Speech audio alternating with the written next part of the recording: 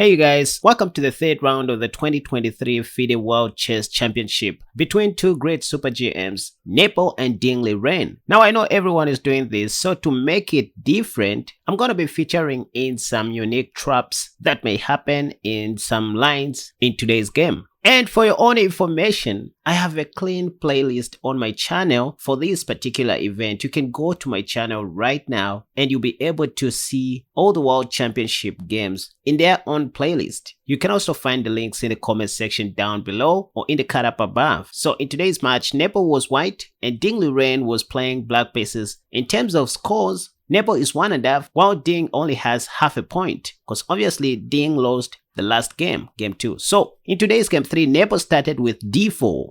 Then what else? Ding replied with knight f6. This is called the Indian defense, you guys. c4 and then pawn to e6. The idea with e6 is to pave way for the dark squared bishop, maybe to put it on b4 later on if white plays knight to c3, which is what Nepo did. But Liren didn't play bishop b4 to pin the knight, instead d5. And now this has transposed into the QGD, the queen's gambit declined. Nothing interesting so far. See, it's like the game started this way, d4, then d5, and then pawn to c4, e6, the queen's gambit declined, the knight c3 and knight to f6. This is the position that we are looking at in the actual game, except that now black just played pawn to d5 on move 3 instead of knight to f6. Wow, there is also a beautiful trappy line that I would love to show you guys for blitz. After pawn to d5, instead of playing any other normal move, you can also try this gambit, you guys. Pawn to e4, I covered something like this in the video that has popped up in the card above. The whole idea is that you are gambiting a pawn for quick development. For example, if black plays bishop b4 pinning your knight, there's a beautiful trap here where you can play c takes d5 first, and after e takes d5 you go pawn to e5.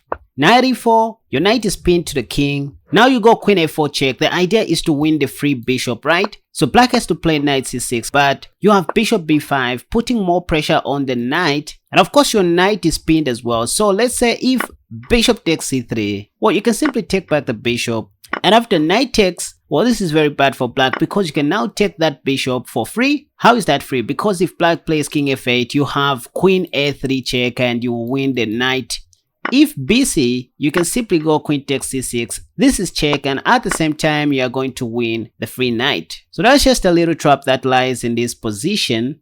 Or let's say if black doesn't take with the bishop first, and let's say they start with the knight, well, you don't have to take the knight first because that would be check. So you start with bishop takes c6 check. Then after BC, you simply take that poor bishop. So black has to go knight e4 and knight e2. Next, you're planning to go knight f4 if black plays bishop a6. So again, after pawn to d5, this is just a gambit that you can give a try. Pawn to e4, and yeah, it's not every time black is going to play bishop b4. They may also play d takes e4, the top played move, but hey, we are playing this like the Alpine gambit in the French defense. Anyway, so bishop e3 is the idea, and after bishop b4 pinning your knight, whenever you see this pin, go knight e2, so that if bishop takes c3, you can take back with your other knight. Let's say castle shot by black, you go a3 asking black what he wants to do with his bishop. He doesn't have to play bishop a5 because that will be a blunder as we are going to trap that bishop. So black has to take the knight on c3 instead of playing bishop a5. So bishop takes c3, and then we take back with the other knight. Now you can see why we play knight ge2. And after b6, remember what I said, b6 equals to g3 in the Alpine gambit, except this is not the Alpine but maybe an improved version of that. They like going knight bd7 here, after which you go queen c2. If pawn to c5 comes, now that's when you castle long. The whole idea is to castle long in the Alpine gambit. C takes, rook takes d4, and again, what did I tell you? The e5 pawn doesn't survive for too long, so we used this pawn in order to develop our pieces very quickly. Next, we are going to play rook h d1 after taking back the pawn on e4. And again, after gambiting a pawn, instead of d takes e4 by black, if they take with their knight, well, it's more of the same story. We can just take back, and after de, we go knight e2. This is a gambit suitable for rapid chess, blitz, and bullet, you guys. Not for classical games like the ones these guys are playing. f5. Whenever you see f5, you guys, I recommended to play the move pawn to f3. You start your minority attack, but not at this stage. You first of all ensure that you don't have any other weaknesses. A3 stops bishop b4 because now you want to develop your bishop on e3 without any distractions. In some lines, bishop b4 check can be met with bishop d2, just exchanging the dark squared bishops. But anyways, castle shot by black, you go queen c2, c5, again you castle. If c takes d4, you take back with your knight and queen a5. Note that there is no way black can just destroy your queen side. Everything is well defended, your king is safe. So this is the best time you can push pawn to f3. The minority attack, if black doesn't do anything about this pawn, you are just going to get back your pawn, right? So they have to take, after which you take back with your g pawn. And now the g file is opened for your king's rook, you guys. Next, you are going to start advancing your h pawn. That is after connecting your rooks. So now let's get back to the World Championship game between Nepo and Liren. Of course, Nepo didn't have to play our Gambit with pawn to e4 because this is a serious classical match where he can be destroyed if Liren continuously plays stockfish moves. Anyway, so Nepo simply played c takes d5. Simplifying the game, you guys, remember the concept of keys, K-I-S-S, keep it so simple. And after e takes d5 by Ding, before playing pawn to e3, see what Nepo does.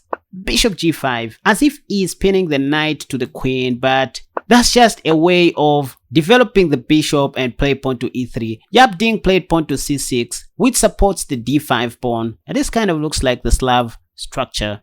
Pawn to h6, and then all of a sudden Nepo hung the bishop. Well, I'm just kidding, I just wanted to get your attention. Bishop h4, bishop e7, bishop d3, just a developing move to put your bishop on the most active square. See, now it's controlling this diagonal. And by the way, when you're playing the queen's pawn game, you guys, ensure to play bishop d3 as early as you can to start controlling this diagonal that I have highlighted before black plays bishop f5. And in case you are late, if black rushes out with bishop f5 to start controlling this diagonal, always remember to play queen b3 to immediately start taking advantage of the undefended pawn on b7. Anyways, so castle shot by black, then queen c2. Well, I like the fact that Nepo hasn't developed his knight on f3, which is even more flexible because the best place for this knight would be the e2 square. And in case of knight e4 by black, Nepo can always play pawn to f3 to chase that knight away. I like this idea, followed by pawn to e4 in the near future, provided that he doesn't hang his dark squared bishop. Anyways, queen c2, rook e8, then knight e2, just like I said. And if I was Nepo, I wouldn't even mind castling long and start attacking on the king side because I'm an attacking player. Anyways,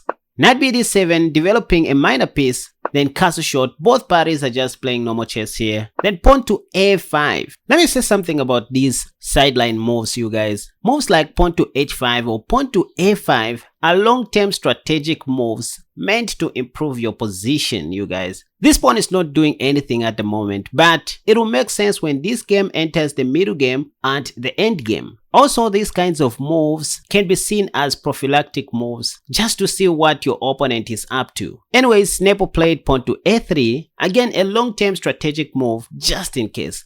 Knight h5, attacking the bishop, then yeah, bishop g3 is okay, but there's nothing better in chess than simplification. Rook a e1, and now you see the advantage of not putting your knight on f3 very early, especially when you're playing this type of a queen's pawn game.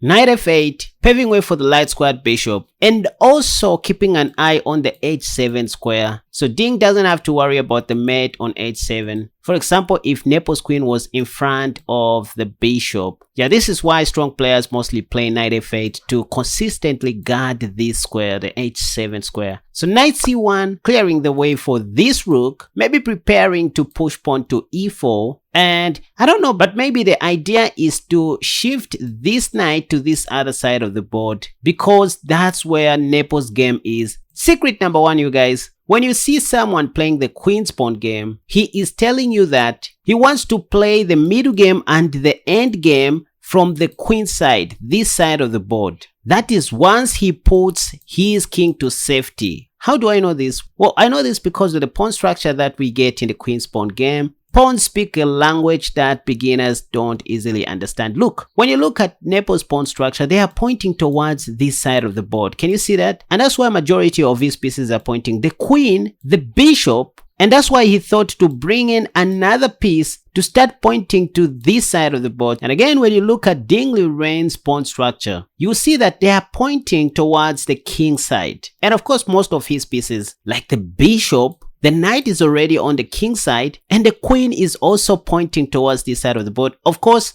there is no play here. Not to mention that Ding's other knight is also on the king side. So this is the trick, you guys. Anyways, knight to f6, maybe stopping pawn to e4, I don't know, but pawn to f3, renewing the possibility of going pawn to e4, then knight to e6 by Ding Liren. Knight 1, e1. This looks like a sheer waste of time, but Nepo is flexible, you guys.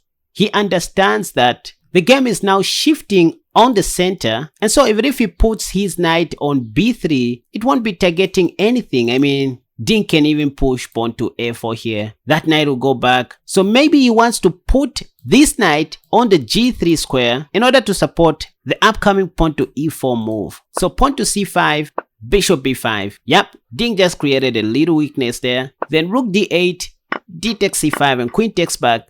Queen d2, bishop d7, challenging the bishop because you don't want to entertain your enemy's pieces in your territory. Remember, this is black's territory, so Ding doesn't want to entertain Nepo's pieces in his territory. This is Nepo's territory on the other hand. So Nepo again wouldn't want to entertain Ding's pieces in his territory. That's how we play chess. Anyways, bishop takes, knight takes, that's better. It's like a football match. You can see both players are ensuring that none of the enemy's piece is fornicating in their territory. Anyways, knight d4, a knight on the center is better than a knight at the edge of the board. Then knight b6, looking forward to plant the knight on c4, maybe in the near future. Anyways, so after knight b6 by Ding, Nepo played rook d1, and just like I said, Ding played knight c4. Ha! Prophet Casper. Anyways, the idea is to paralyze Nepo's queenside pieces. For example, the pawn on b3 can't even move because in the long run, there may be a possibility of taking the a3 pawn for free like this. Not to mention that this would be a very great outpost in the absence of the b pawn. So putting the knight on c4 is a very good and pressurizing move by Ding. Hats off. Queen f2 was played by Nepo to protect both the e pawn and the b pawn. Then rook sc8. This rook was the only rook that was not developed since the game started. So this shouldn't be a hard move to find, you guys. So knight a4 by Nepo, we're attacking the queen, then queen e7 by Ding, then rook fe8 by Nepo. These guys are playing stockfish moves. That's just how good they are. Then Ding played queen f6. Maybe he wants to take the knight just to release some pressure and simplify the game. Knight b5, Nepo doesn't seem to like the idea.